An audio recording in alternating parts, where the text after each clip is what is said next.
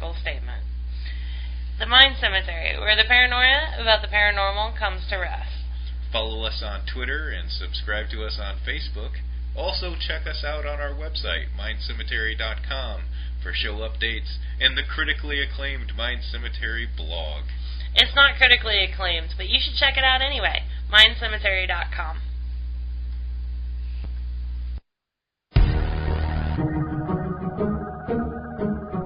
Hi, I'm Stephanie Benetti, and along with Joe Montaldo, we host News on the Flip Side. Come join us every Saturday night at 7 p.m. Central for our 3-hour program. We have opinions on everything, and we're not afraid to share them. False history gets made all day, every day. The truth of the new is never on the news, but you can find it here with News on the Flip Side. Remember, don't be politically correct. Just be correct. Join us.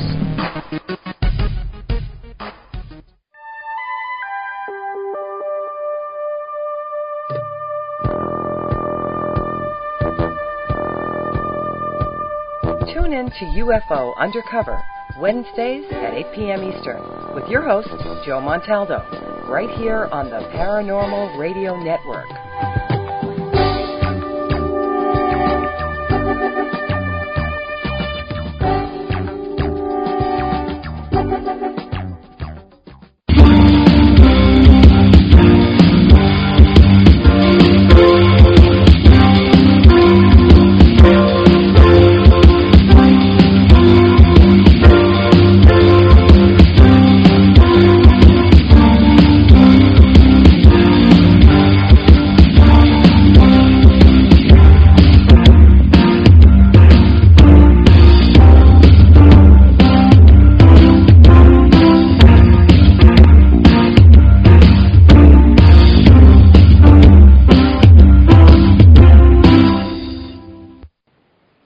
If you are listening to the show and wish to join us in the chat room, visit paltalk.com.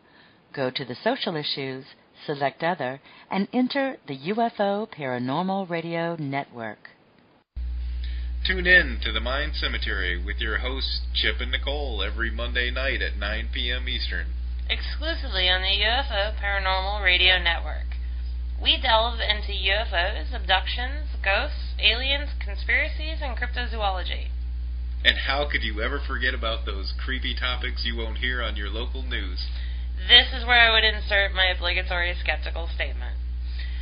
The Mind Cemetery, where the paranoia about the paranormal comes to rest. Follow us on Twitter and subscribe to us on Facebook. Also check us out on our website, mindcemetery.com, for show updates and the critically acclaimed Mind Cemetery blog. It's not critically acclaimed, but you should check it out anyway, mindcemetery.com.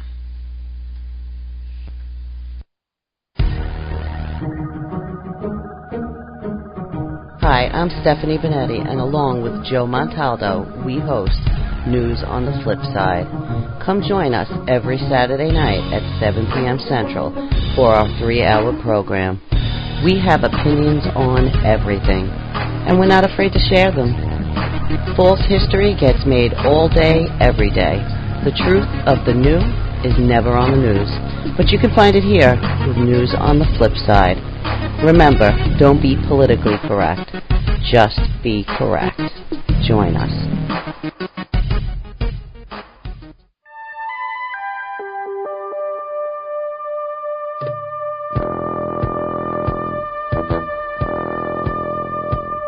Tune in to UFO Undercover, Wednesdays at 8 p.m. Eastern, with your host, Joe Montaldo, right here on the Paranormal Radio Network.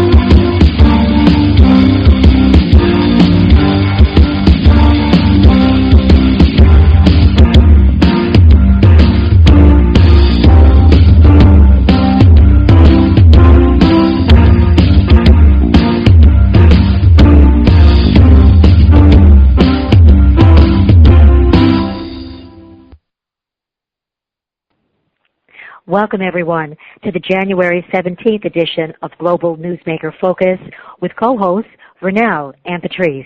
Our guest today is author and political commentator Tom Ufererd.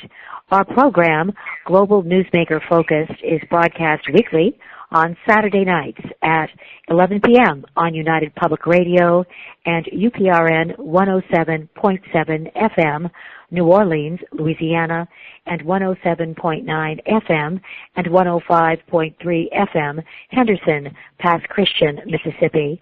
This is Patrice Sheridan speaking. Today we will be discussing Tom Ufered's latest book, Political Craps, as well as his political findings in the world according to Tom Ufered and his latest blog articles and essays. Briefly, Vernell and I would like to mention Tom Ufered's bio details. Vernell, would you like to start, or should I? Go ahead, Patrice. Thank you.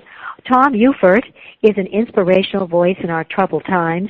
He received his Bachelor of Arts in Political Science and History as a scholarship recipient from Centenary College of Louisiana.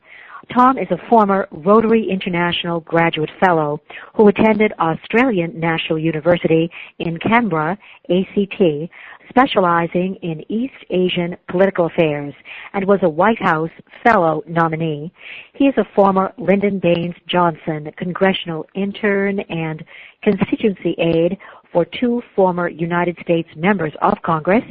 His past services for 11 political campaigns on both sides of the aisle were highly valued by former Louisiana Governor Charles Buddy Romer, as well as Henson Moore, the former Assistant Chief of Staff to U.S. Vice President George H.W. Bush during that era, and the recently retired U.S. Trade Ambassador Ron Kirk. Wow, very, very intriguing. I'd like to also mention some of the lofty laurels of Tom at age 23. He was the youngest artistic board member in the United States as head of the Chief Court Summer Music Festival. Mr. Ufered has served as a member of two other 501c organizations, 3 charity boards, including his beloved fraternity, Phi Mu Alpha Symphonia, as well as the Community Advisory Board of his former rehabilitation hospital. Over the years, he has acquired extensive customer service experience in the food and beverage, hotel insurance, home security, and pharmaceutical industries. His professional memberships include Phi Alpha Theta Sigma Tau Data and the worldwide Who's Who.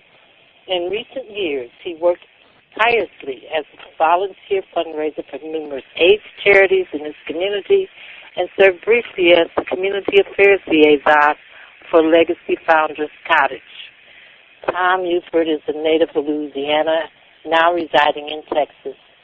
He is an Amazon best-selling author for his second book, On the Roll Again. His first book, Adversity Builds Character, received high acclaim with numerous 5-star reviews, as well as his newest release, Political Craps. In fact, all these books and several of his essay booklets have garnered distinction as Amazon's top 20 bestsellers. Perhaps Mr. Ufered's greatest claim to fame is that every book he sells contributes directly to the charity through his charitable entity, Stand Strong for Others. You can also visit Tom's website at www.tomufered.com. That's http://tomuferd.com. And his Facebook page can be found at Facebook, www.facebook.com, Tom Ufered Author. Tom, it's a privilege to welcome you back again. How has life been treating you so far? Oh, thank you very much. It's an honor to be back. I appreciate the second follow-up invitation. Life's been treating me quite well, actually. I'm doing well, and everything goes well. My book, Political Craps, hopefully will be nationwide in Barnes & Noble's bookstores. We're in the process of negotiating that right now. And as well, there are links already at the BarnesandNoble.com website and at Amazon.com for his books. Barnes & Noble, of course, offers both their Nook and their text versions, and Amazon, the Kindle and text versions. They're going to be really, I'm sure, bestsellers. I believe they already are. And congratulations on that excellent new book, Tom, and your other book and several books are all very worthwhile, very, very informative. Now, Tom, starting off, I remember from our first program in November a discussion on Louisiana politics. Now we have this interesting development that indeed former Senator Mary Landrieu was indeed defeated by Republican Senator Bill Cassidy on the December 7th runoff election. This is an important transition. Any comments on this? And indeed, you have a great deal of experience there with important Louisiana political campaigns. Well, to be honest with you, I expected Mary Landrieu to lose.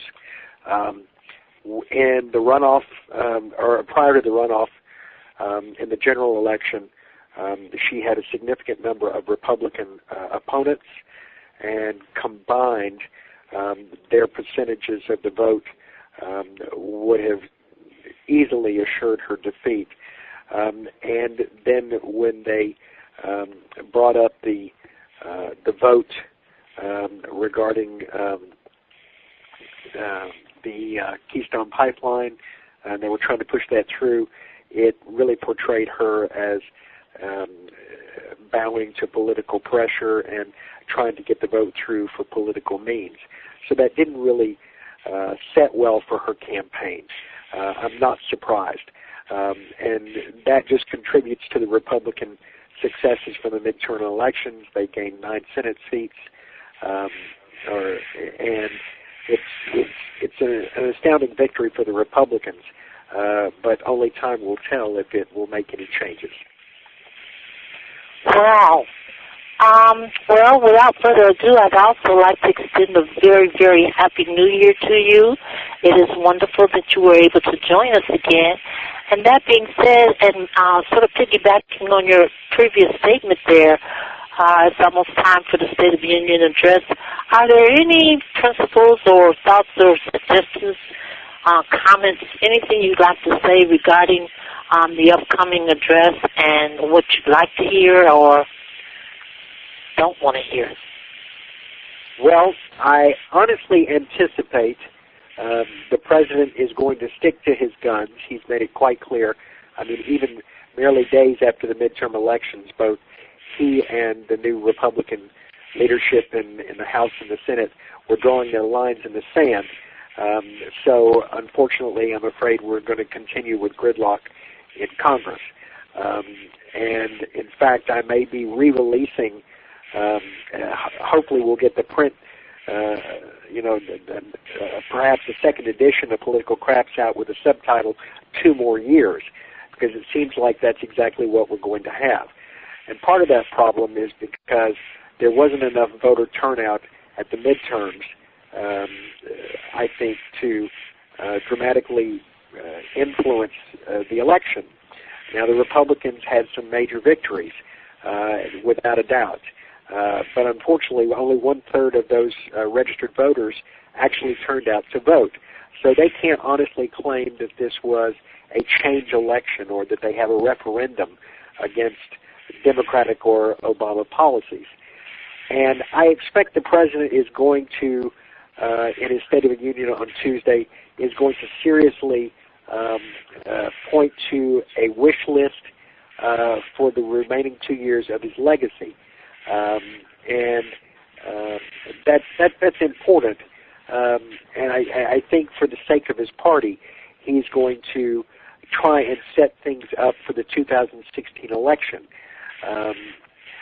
But unfortunately for the American people, this whole situation is a continuation of political gridlock and dysfunction.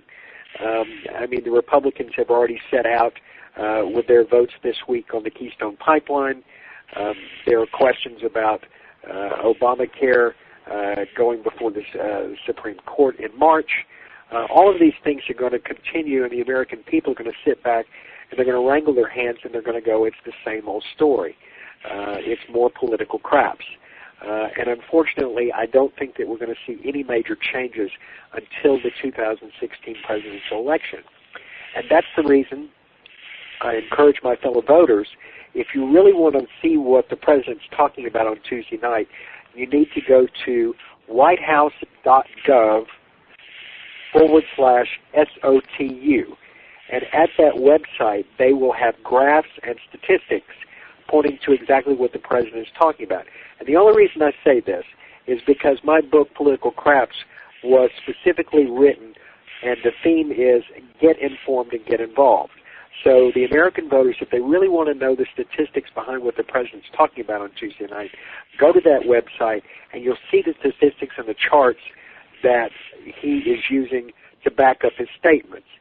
Also, listen very closely to the Republican response afterwards. The new senator from, I believe it's Iowa, will be, Joni Ernst will be giving the Republican response, and American voters need to listen to both sides to make an informed decision. The president is going to set forth his agenda, I think, regarding, he's already been out this week doing stumping on his proposals for increasing the minimum wage, for education reforms and increased funding in that department. He's also been out there stumping for the case for increasing the time for sick and family leave for average workers. And all of these things, I think, are appropriate, considering that America is one of the only leading industrial nations that doesn't have guaranteed family sick leave.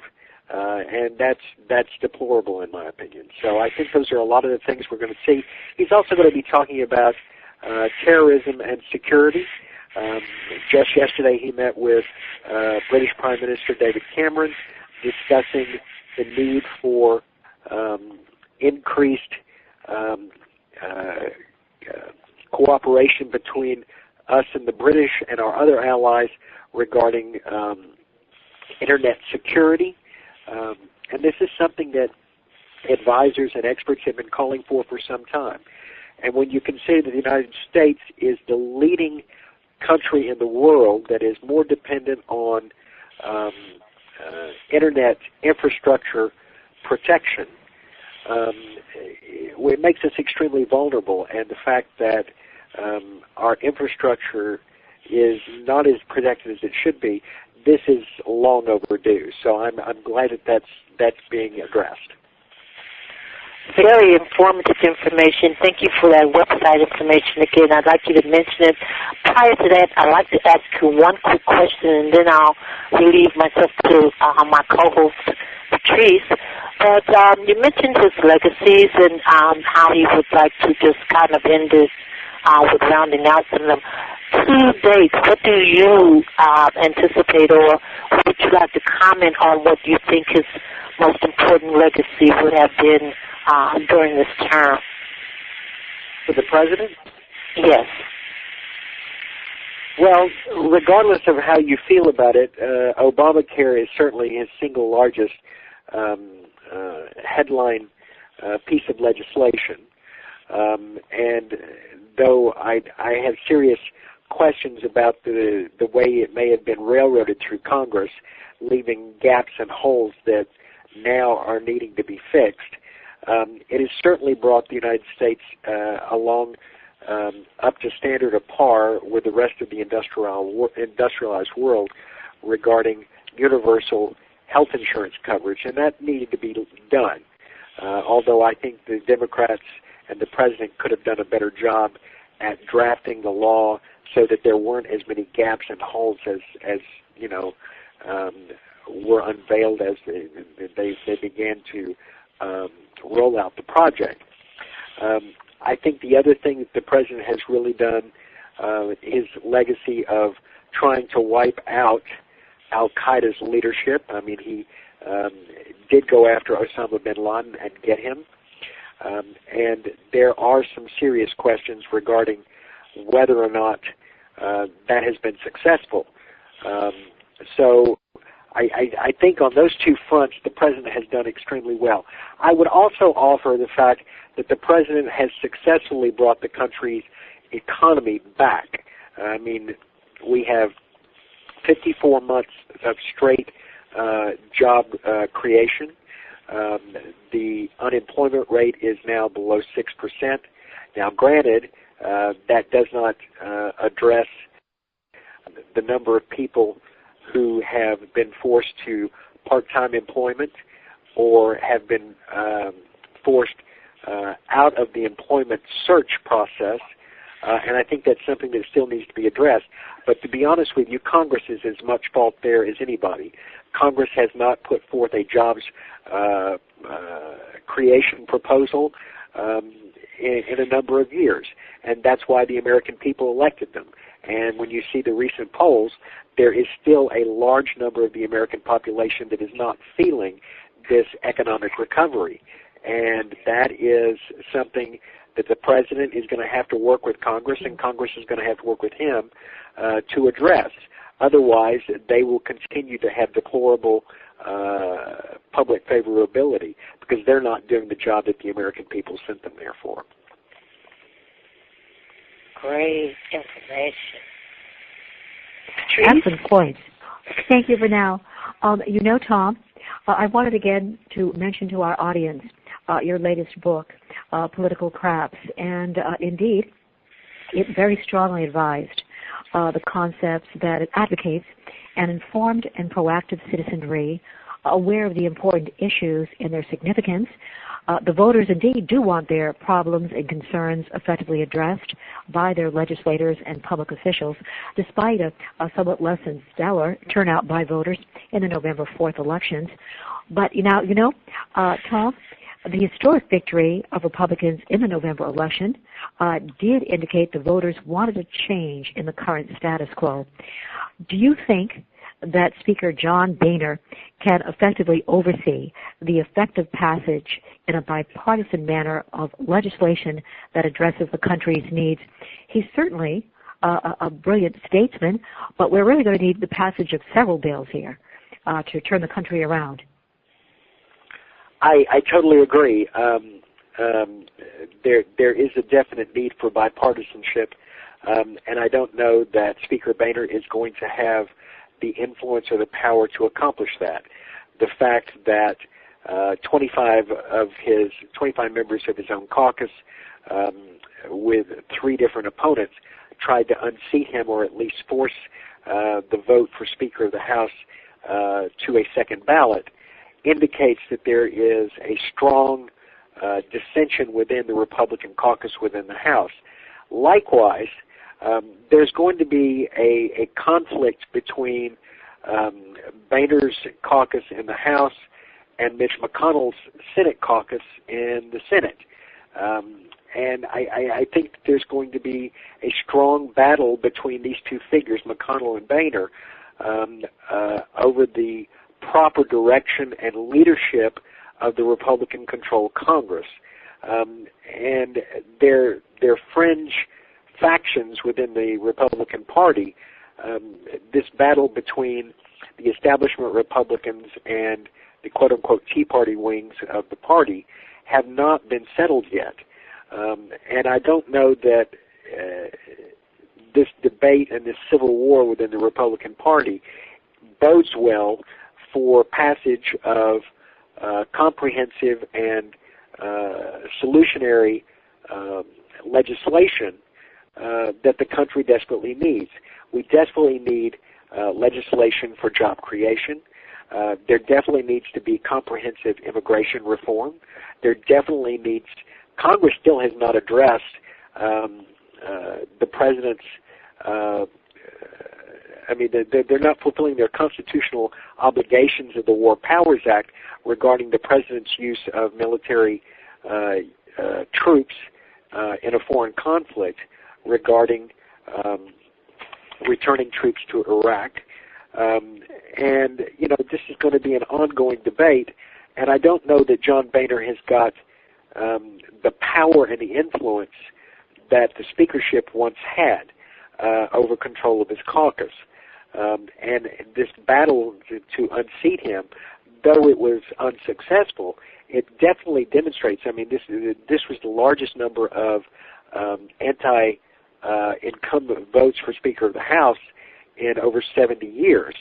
And there is some speculation that it could have been even larger against him if it were not for the fact that there were a large number of members of the House that were not present for the vote because they were at the passing of Governor Cuomo, former Governor Cuomo of New York's funeral, and several could not get back to Washington because of weather delays in trying to get back to the first day on the Hill. So all of this speaks resoundingly that John Boehner's speakership is not concrete and overly stable, and I don't know that he's going to have that ability to actually walk across the party lines and get bipartisanship. So I have serious doubts about that. Well, Tom, your book, The World According to Tom Ufererd, indicates the challenging role of the House Speaker. It's certainly a great responsibility to facilitate the passage of legislation that addresses the needs of all citizens, and it does entail a bipartisan cooperative process. I found very interesting an article. I hope that this is not an irreverent title. It's from the Huffington Post. The Huffington Post, again, from Reuters as a source, posted January 8th. It's entitled, John Boehner, Don't Call Me Spineless or a Squish. But in that article, it's mentioned the major accomplishment of Speaker Boehner, which I think is an excellent one. And here, citing the article, now here quoting Speaker Boehner, I'm the most anti-establishment speaker we've ever had, end quote, he said. And further quoting the article, noting he had stopped lawmakers from using earmarks, the legislative provisions that directed funds to be spent on specific projects. Those projects typically benefited lawmakers' hometowns and sometimes were of questionable value. And again, I'm ending that cite from that article. So there's great capability, but the Republicans, those are great points as well that you made, Tom, regarding the reappointment process. Indeed, if it hadn't been for Governor Mario Cuomo's funeral, God bless him, it might have turned the other way. And Dana Milbank in the Washington Post had a great article to the effect that the Republicans contesting Boehner's speakership really seemed to be very disunified. It really wasn't a very good promotional event for the Republicans. No, I agree completely. There was not a cohesive campaign to unseat Boehner, and that is demonstrated by the fact that you had three different opponents, and of the three opponents, only one received 12 votes, one received 3 votes, one received 2. And there actually, I don't know that most Americans are aware of this, but there were several people that also received 1 or 2 votes. The Speaker of the House does not have to be a member of the House of Representatives. Consequently, you had people that were nominated for the position like Colin Powell, Senator Rand Paul, and others that were nominated as well to replace John Boehner for speakership of the House. And all of this adequately demonstrates that there is a serious backlash to Boehner's leadership. Now, I must give the Speaker a great deal of credit when it comes to getting rid of the earmarks. That was a major step forward in reducing government waste and legislative abuse of the power of the purse. However, in so doing, the power of the Speaker and the whip to control their caucus has been greatly diminished because they can no longer hold over their members' heads the influence of either passing or restraining those earmarks that particular members want to get attached to legislation. Consequently, you have this rebellion of the far right-wing fringes within the Republican caucus that basically the leadership can't control. And consequently, without the control of the earmarks to hold over these members' heads, the power of the speakership and the party leadership within the caucus don't have as much influence over them as they once did. Now, having said that, I still believe getting rid of the earmarks was a magnificent step forward for the American people, but it seriously diminished the speaker's power over his own caucus. Those are excellent comments, Tom, and indeed some of that material can be found in The World, according to Tom Ufererd. And, your remarks also remind me of Chapter 1 of your Political Craps book entitled Compromise, the Art of Achieving Results. That's the first chapter. And in that chapter, you mentioned President Ronald Reagan as an example, here I'm paraphrasing, of a consummate statesman who really knew how to negotiate. It would be wonderful during this 114th congressional term here that President Obama, Republicans, and Democrats can really pass that important legislation that's so needed now. Oh, I agree completely, and I think many Americans long for the heydays of Ronald Reagan's leadership. Now, granted, Bill Clinton was a very strong president as well, and I personally have I have great affinity for President George H.W. Bush as a wonderful man. Who I had the fortune of meeting, but these are all three individuals who, especially Reagan and Clinton, who knew the ability, or had the ability, I should say, to cross party lines and work with their opponents to get things done for the good of the country. Now, my biggest criticism of President Obama is his leadership style. He has been, the Republicans are very fond of saying that he is, emperor-in-chief, and that he's using dictatorial methodologies regarding his executive actions. But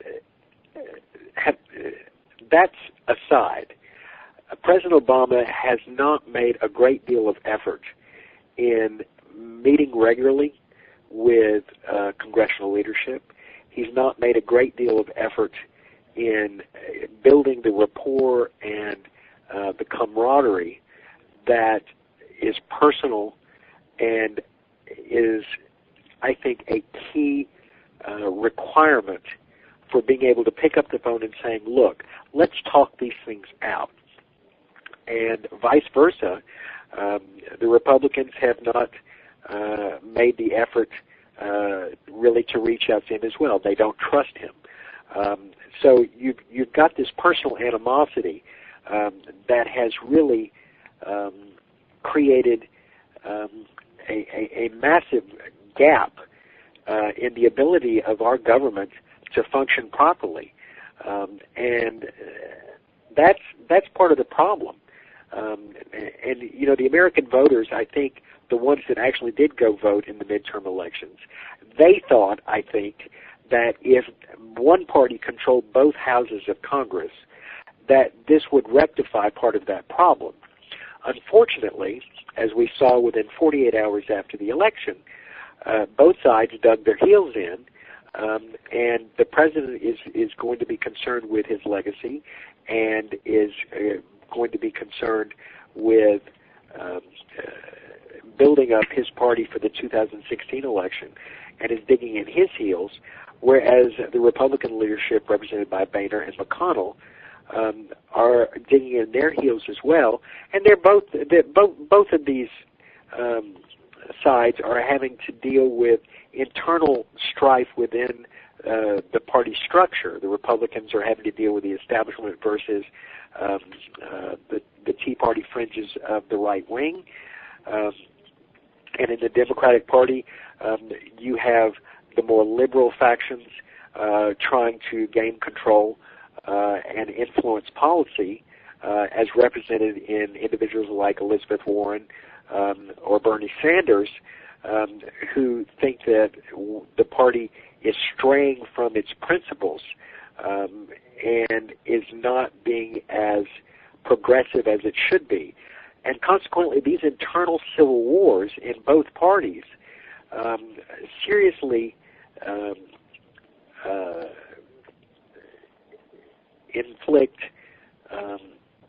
I think, inhibitions and fractures that prevent the leadership from being able to moderate and build bridges to accomplish cohesive legislation to solve the nation's problems.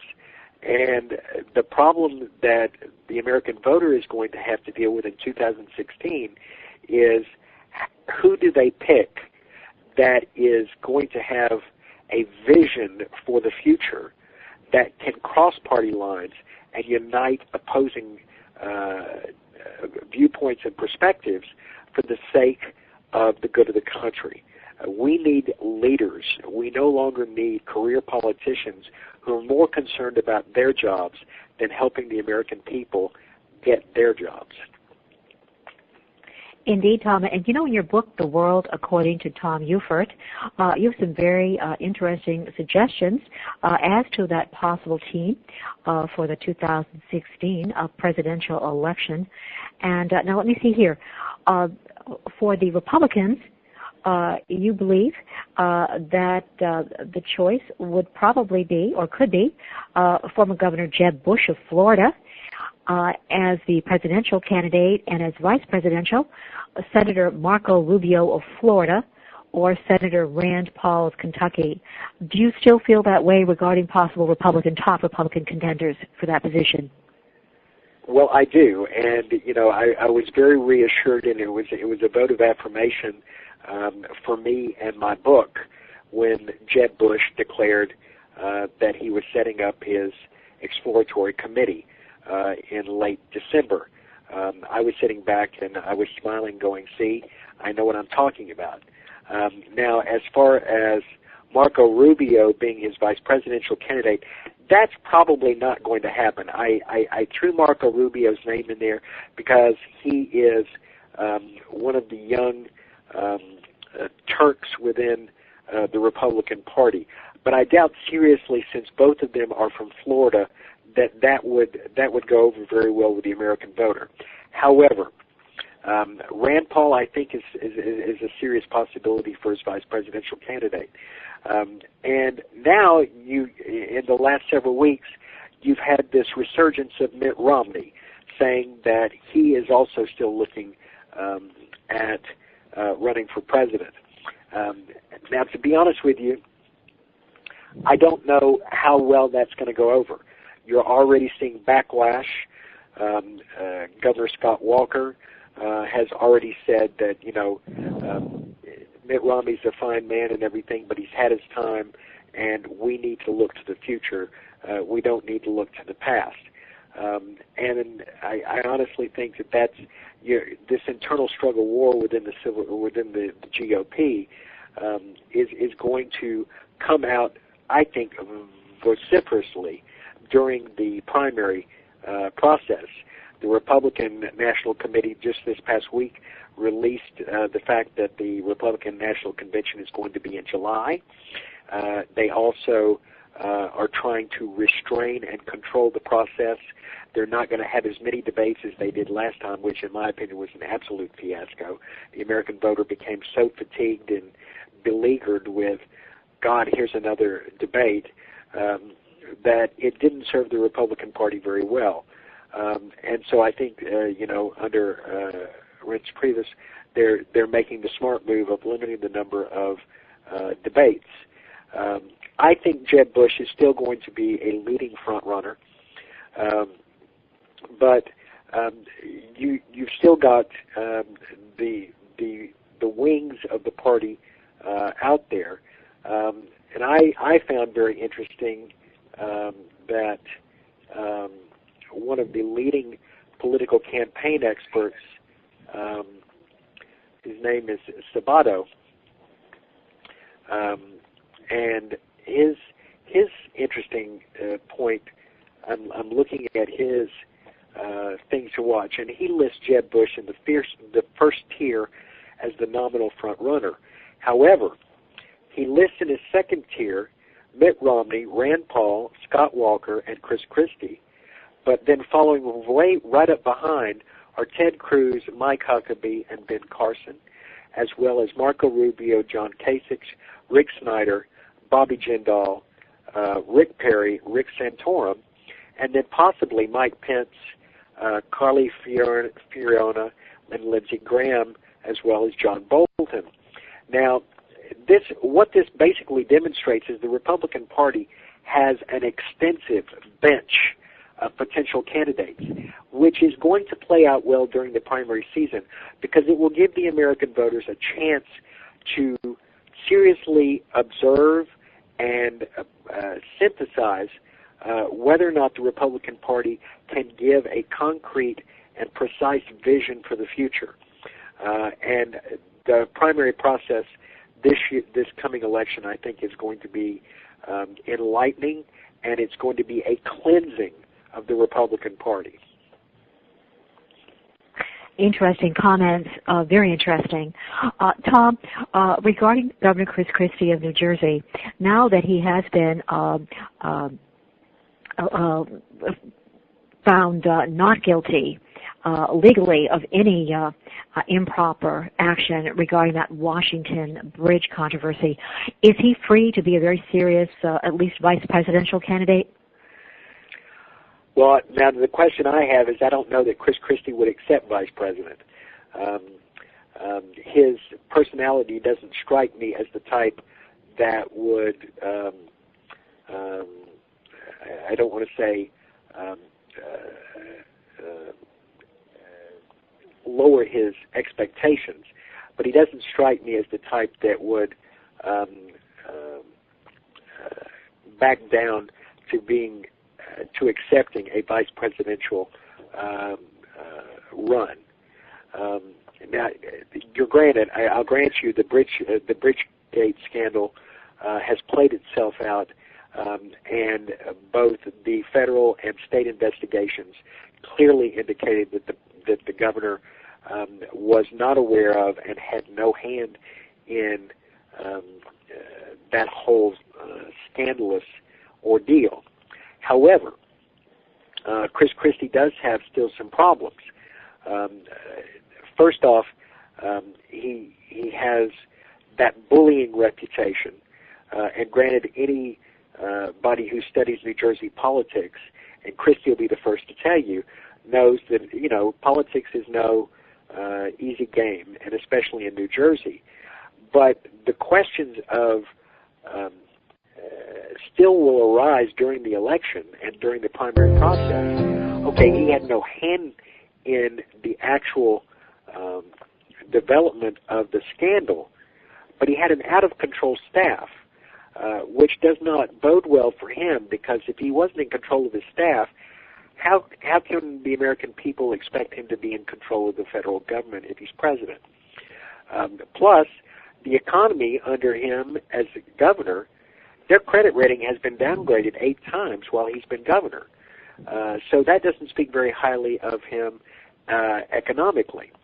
Then there's the question of whether or not he does appeal to the independent and the middle-of-the-road individuals who go out and vote, in that he shoots from the hip, he says what he means, and you know where he stands on things. However, there are questions whether or not a New Jersey governor will play well in other parts of the country, like the West Coast or the South. So I still will hold by my position from my book, Political Craps, that I don't think Chris Christie has what it takes to win the nomination and become the Republican nominee for president, but I do think he has enough power and enough influence to be a kingmaker and decide who does. Boy, very intriguing comment. And now, on the Democratic presidential candidate for the 2016 presidential election, you had noted in your book, The World According to Tom Ufererd, that for president, the Democrats would select Hillary Clinton, and for vice president, and I hope I'm pronouncing this gentleman's name correctly, it would be Antonio Villaraigosa of Villaraigosa, yes. Villaraigosa, thank you. Antonio Villaraigosa, former mayor of Los Angeles. And just a quick comment, Fox News Latino on January 11th mentioned that Villaraigosa might now be considering a run for the president, might be considering a run as successor to Senator Barbara Boxer's seat. Do you think he's no longer going to be a vice presidential consideration for the VP spot, or what do you think on the latest developments? Well, now, I did not anticipate, when I wrote the book, I did not anticipate the development of Barbara Boxer retiring. I think it's a better likelihood that Villaraigosa would run for her seat in the Senate, which it would not be like, in my opinion, it would not be a great likelihood that if he ran for the Senate, he would then be, an acceptable VP nominee. However, something that has, since I wrote the book, a possible VP candidate, I think, would be one of the Castro brothers from San Antonio. You have one that's the former mayor of San Antonio, and you have one that's a congressman. And now one of them has become Secretary of Health and Human Services, or Secretary of Housing and Urban Development. So I think they are bright and shining stars and young, growing stars within the Democratic Party. And I think that Hillary, as a juggernaut of a candidate for president, would really make her campaign even more formidable with a young Hispanic nominee for vice president. And it would really seal up, or it would help bridge the gap for the Hispanic community that is still feeling frustrated and very upset about the fact that immigration reform has not been successfully accomplished as President Obama had promised. So I really think, and everyone's talking lately, well, we haven't heard anything from Hillary in the last month, last 6 weeks. To be honest with you, this does not surprise me. She is probably sitting back in the wings and is collecting her staff and is getting everything ready for her announcement, because her announcement is going to be the definite, it's going to be the definition of rolling out of the bullpen. And she wants to make sure that she gets it right. I am fully convinced that she's running. Likewise, I'm fully convinced that Elizabeth Warren is not running. Hillary needs to do this campaign right, and she's already started in that respect. One of the major party insiders just left the White House. His position at the White House, Podesta, just left the White House, and there is speculation that he's going to be the one that runs her campaign. And he is a no-nonsense, serious campaigner, and that would be a very smart move for Hillary to have him as her campaign manager. And that would definitely demonstrate that this time her campaign is going to be run properly without the infighting that she suffered last time. John Benesh is such a brilliant man, and those are fascinating comments, Tom.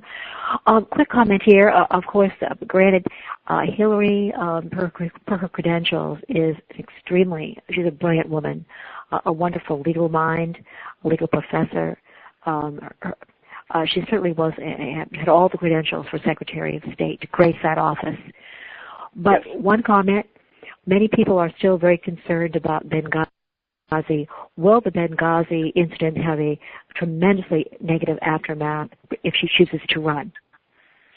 I agree. It's going to be the focal point of criticism for her election prospects.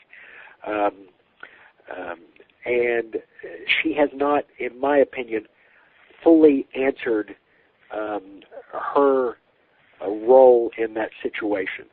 And let's face it, the Republicans are going to, they're foaming at the mouth and they're chomping at the bit for her to announce so that they can immediately begin stomping on her in that respect. Hillary is going to have to come out, and granted she did during the hearings, she did address it to some extent. However, I don't think that she has fully laid out her role and her involvement in the decisions that basically resulted in the deaths of 4 Americans in Benghazi and the failure of security for our ambassador and his advisors at the consulate there in Benghazi. And she's going to have to address that. The election, if there's one thing that she's going to have to do, it's going to be to have to clearly and concisely address this issue to the point where the American people have confidence that she knows what she's doing and that failure either was not her responsibility or she did the best she could considering the factors at hand. Her biggest problem, I think, also is going to be on Election Day 2016, she'll be 69. So age is going to play into that. But she does not need to be seen as a token candidate for women. Okay?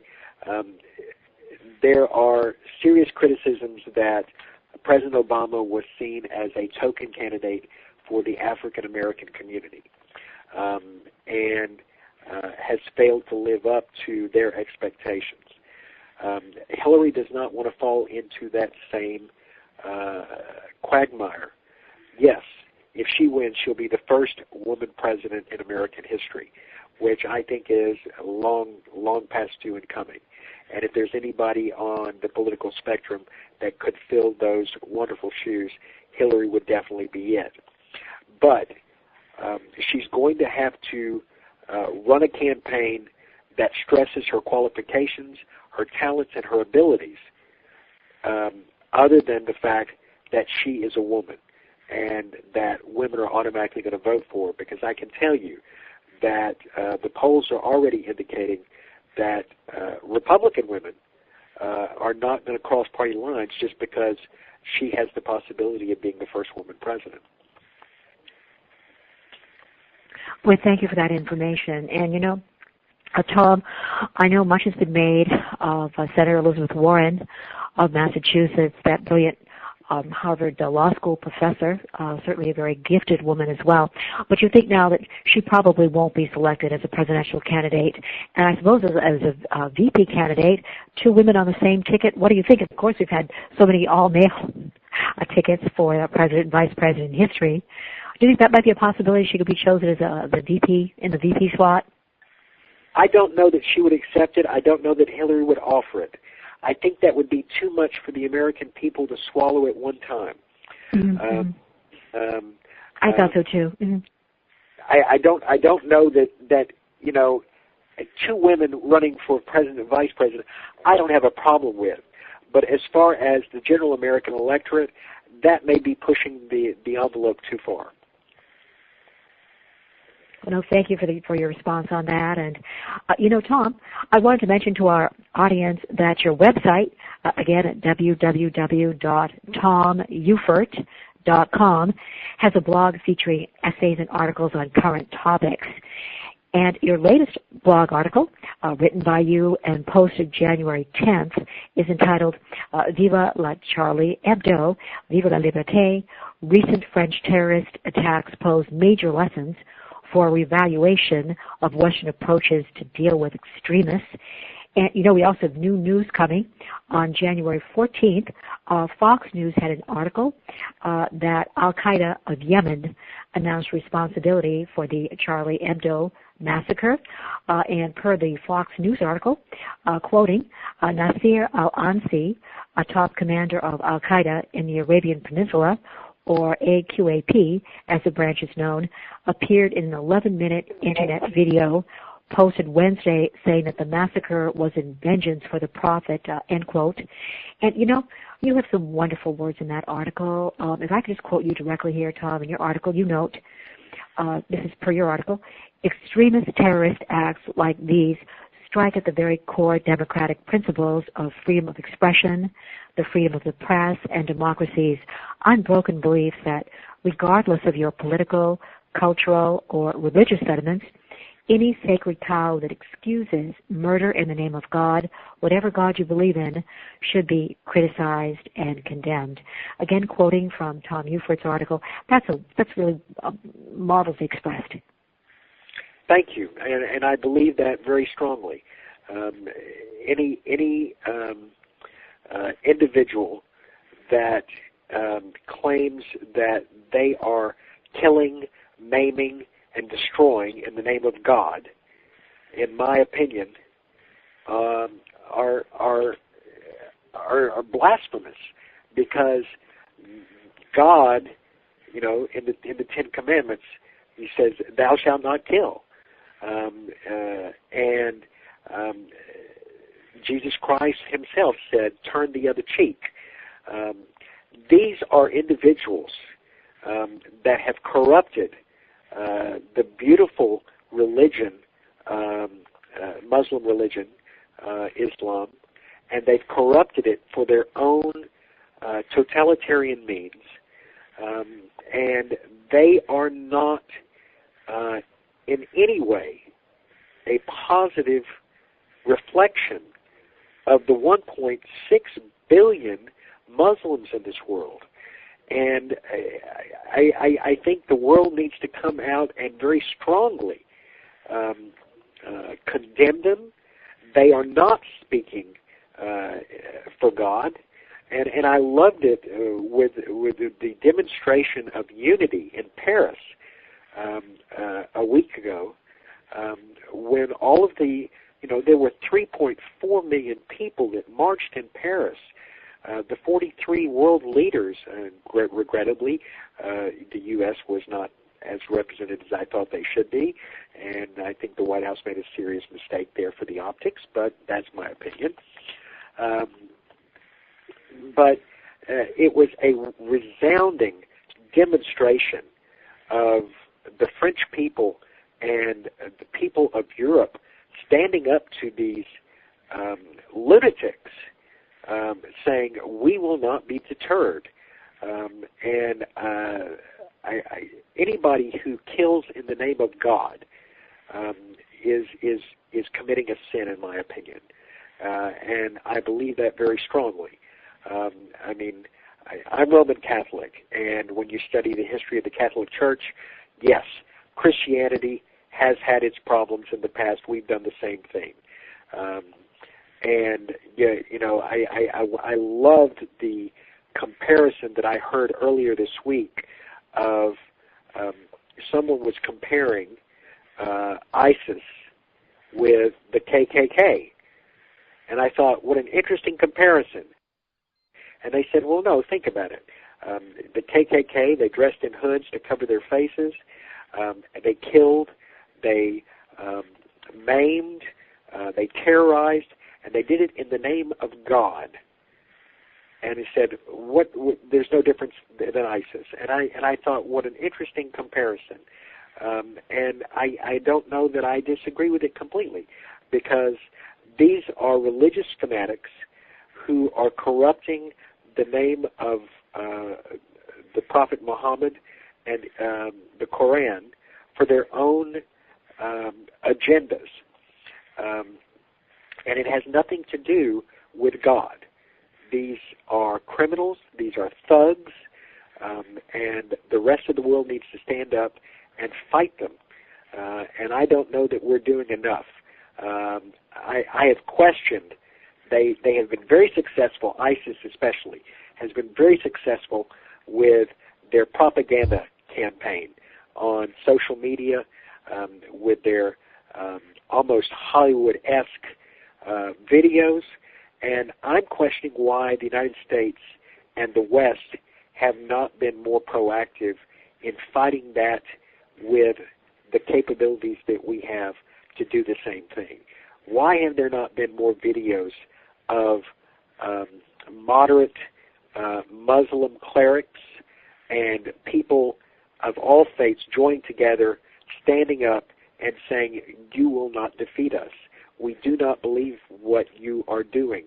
And I love the people who say, not in my name. I think that is a rallying call that should circumvent the globe to fight these people. Those are excellent points. And, Tom, Pope Francis definitely has been on record against the atrocities committed by ISIS, very strongly denouncing them. And, Tom, I also approved of President Obama's mentioning that France is our oldest ally, and indeed she is, and our strong solidarity with the French people.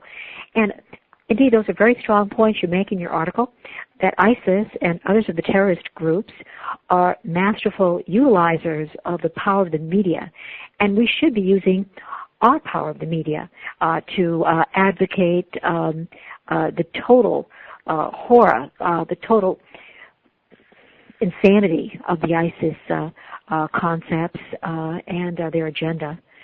Tom, this is probably a bizarre question, but I have several friends and several researchers who are convinced that there is a great threat of an Islamic caliphate, even regarding the events in Europe. I've heard that in France, per Colonel Richard Hobbs and others, that there's a great deal of activity regarding the construction of mosques. Also, there's a danger to young women being attacked there. And I noticed here after the 2000, that horrible 9/11 event, 2001, that there was increased construction of mosques. I know there was a mosque built on my campus about perhaps 2 years thereafter. Do you think there is this danger of an Islamic caliphate, or do we just have? What would be your response? Well, now you have to put into perspective what Islamic caliphate means. Okay, historically speaking, the caliphate was a geographical concept, that they had a country that was governed, and it was a theocracy basically.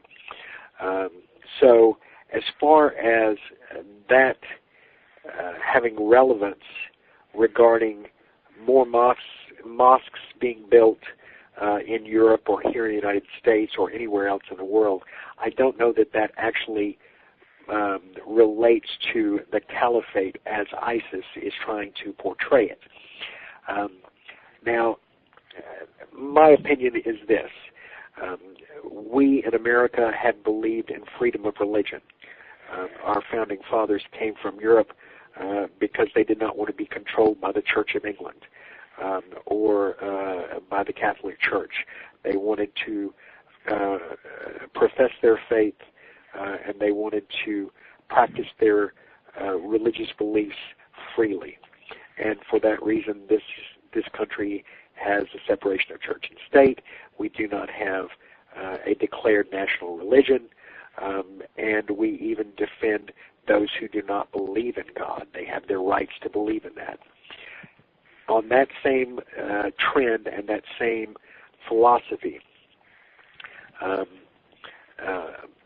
I think that we have to be very careful, as was just stated earlier this week. President Obama, in his news press conference with the British Prime Minister yesterday, cautioning Europe from responding to the terrorist acts in Paris and in Belgium with the stroke of a hammer. And I agree with that completely. There were repercussions here in the United States after 9/11, and it's natural for people to stereotype and blame all Muslims for the acts of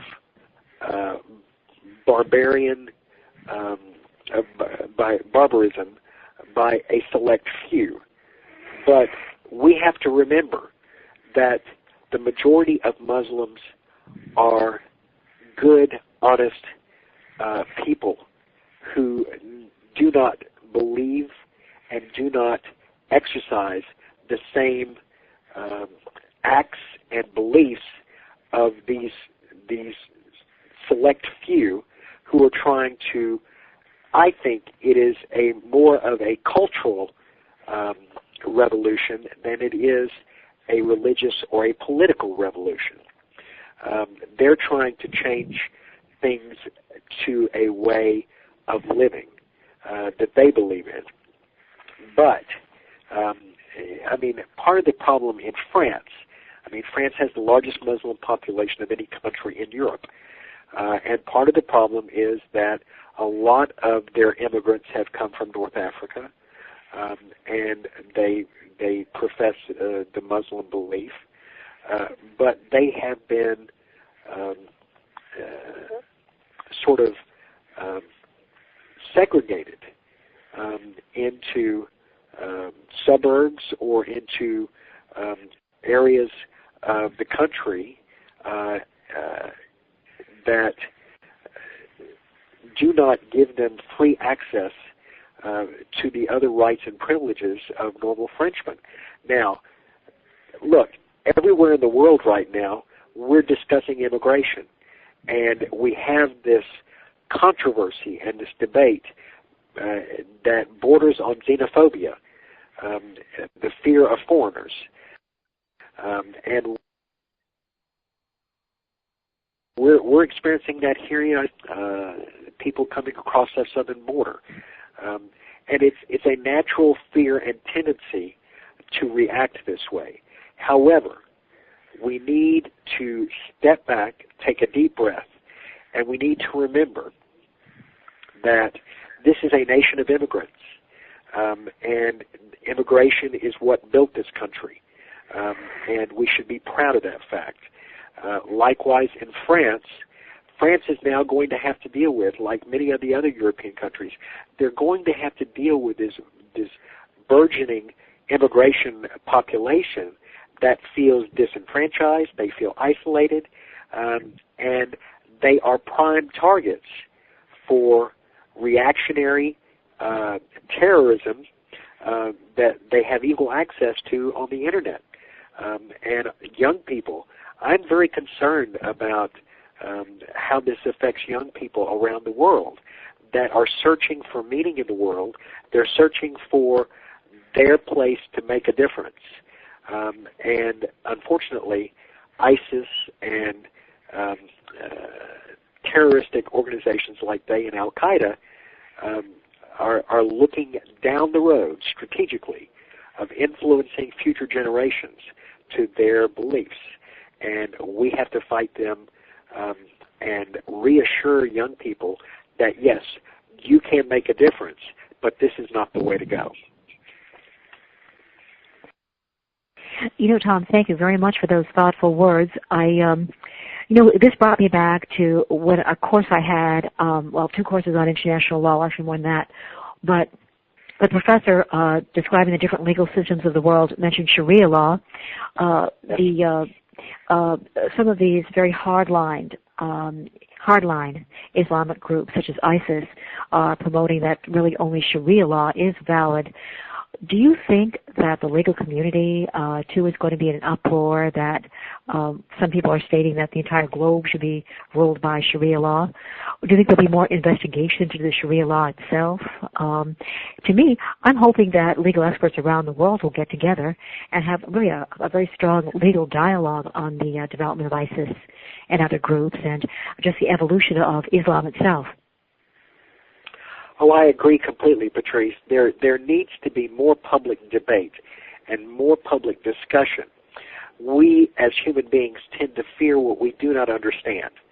I personally think that Sharia law is too totalitarian.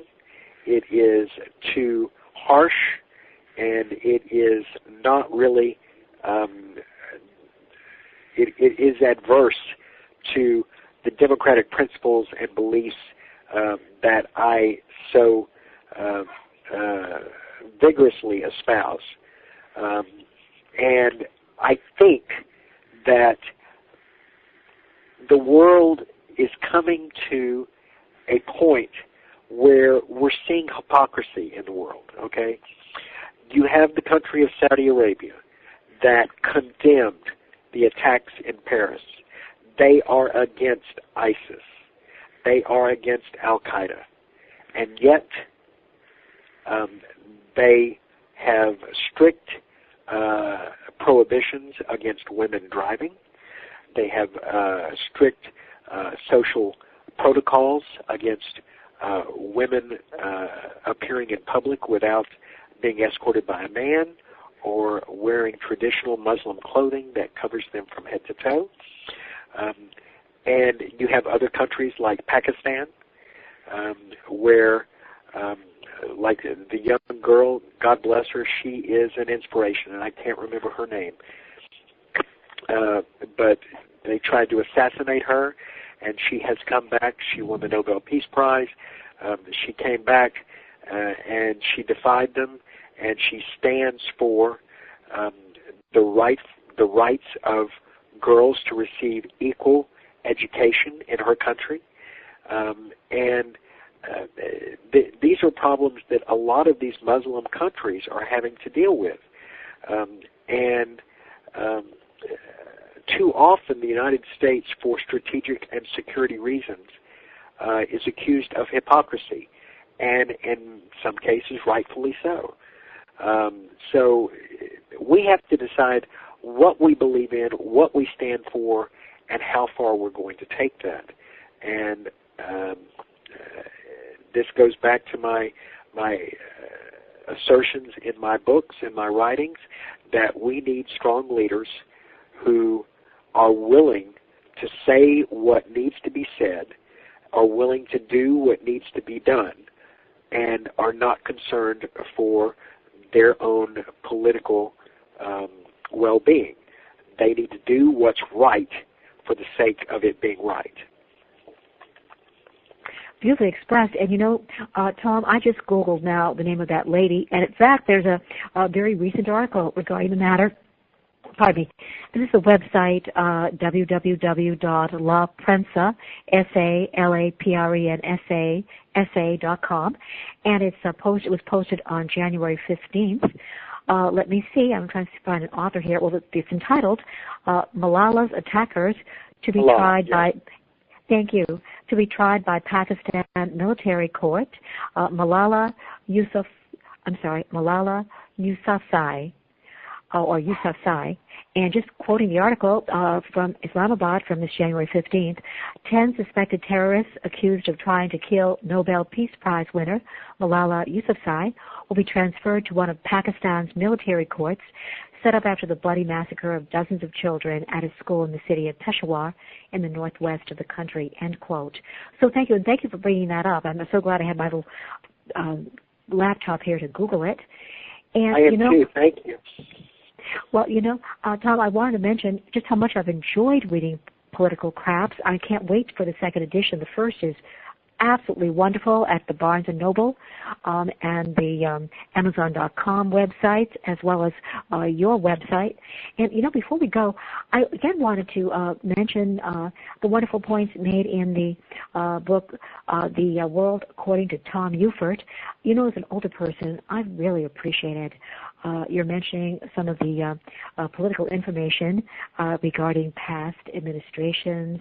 For example, the major contributions of James Baker to the presidencies of Ronald Reagan and George H.W. Bush. I hadn't realized that James Baker, Chief of Staff for Presidents Reagan and H.W. Bush, George H.W. Bush, and Secretary of State under President George H.W. Bush, and Secretary of the Treasury under President Reagan, actually was integral in the making of that geopolitical policy entailed in the Soviet Union's fall, and promotion of the New World Order. That's really interesting. Oh, he is a phenomenal individual. James Baker is, in my opinion, probably one of the best secretaries of state that the United States has had in several decades. His ability to strategically plan and develop alliances across the international spectrum, his ability to communicate, his ability to sit down with people that he differs in opinion with, and yet bring on. He crossed over boundaries and he bridged gaps. And the man was an amazing individual. And he served both Reagan and Bush 41 extremely well. And I give him a great deal of credit. And, former President H.W. Bush single-handedly points to James Baker as the creator and the architect for the New World Order that was developed under his presidency. And I think that if you look back on Ronald Reagan's writings and his speeches, you can see his assertions that James Baker had a lot to do with the monetary policy that served Reagan so well and the American people well, with his control of Treasury policy along the lines with that of the other individual I mentioned in Alan Greenspan, right? Yes, Carl Greenspan. Alan Greenspan. Yeah. You had a wonderful wonderful points there. Mm-hmm. As chairman of the Federal Reserve, they worked hand in hand together. And here's a case where you have a cohesive, not generic, but you have a cohesive policy of purpose and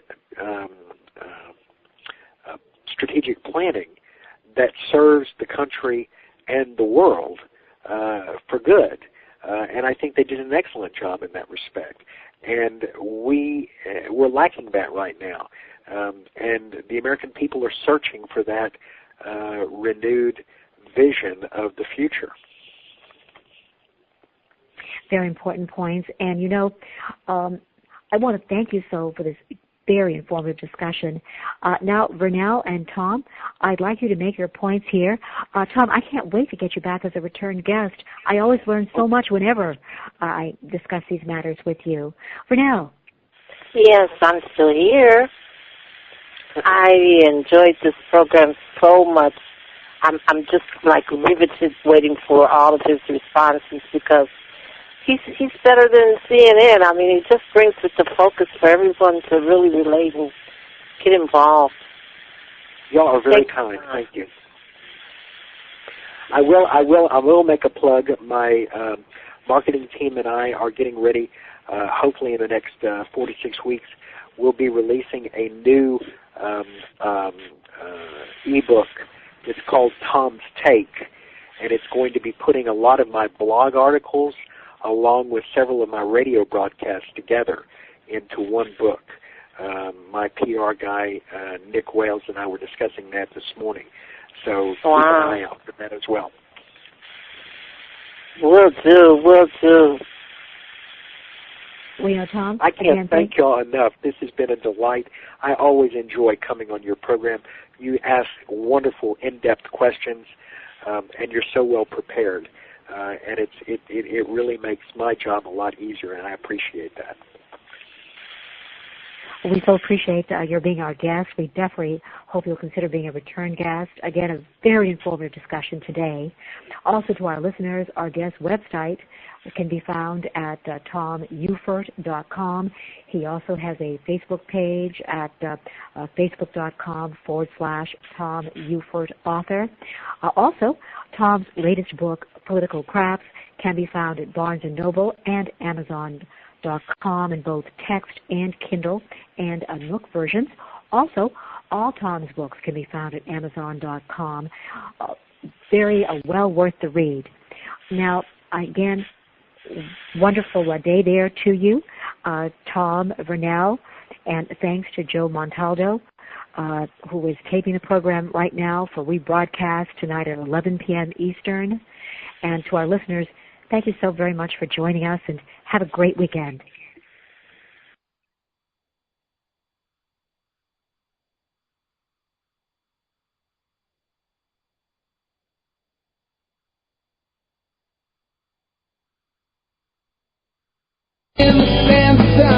Fill your claw, you son of a bitch. Now a legend spread across the land about this pistol-waving man. But if you're from space or from Earth below, you don't give no lip to Six Gun Joe.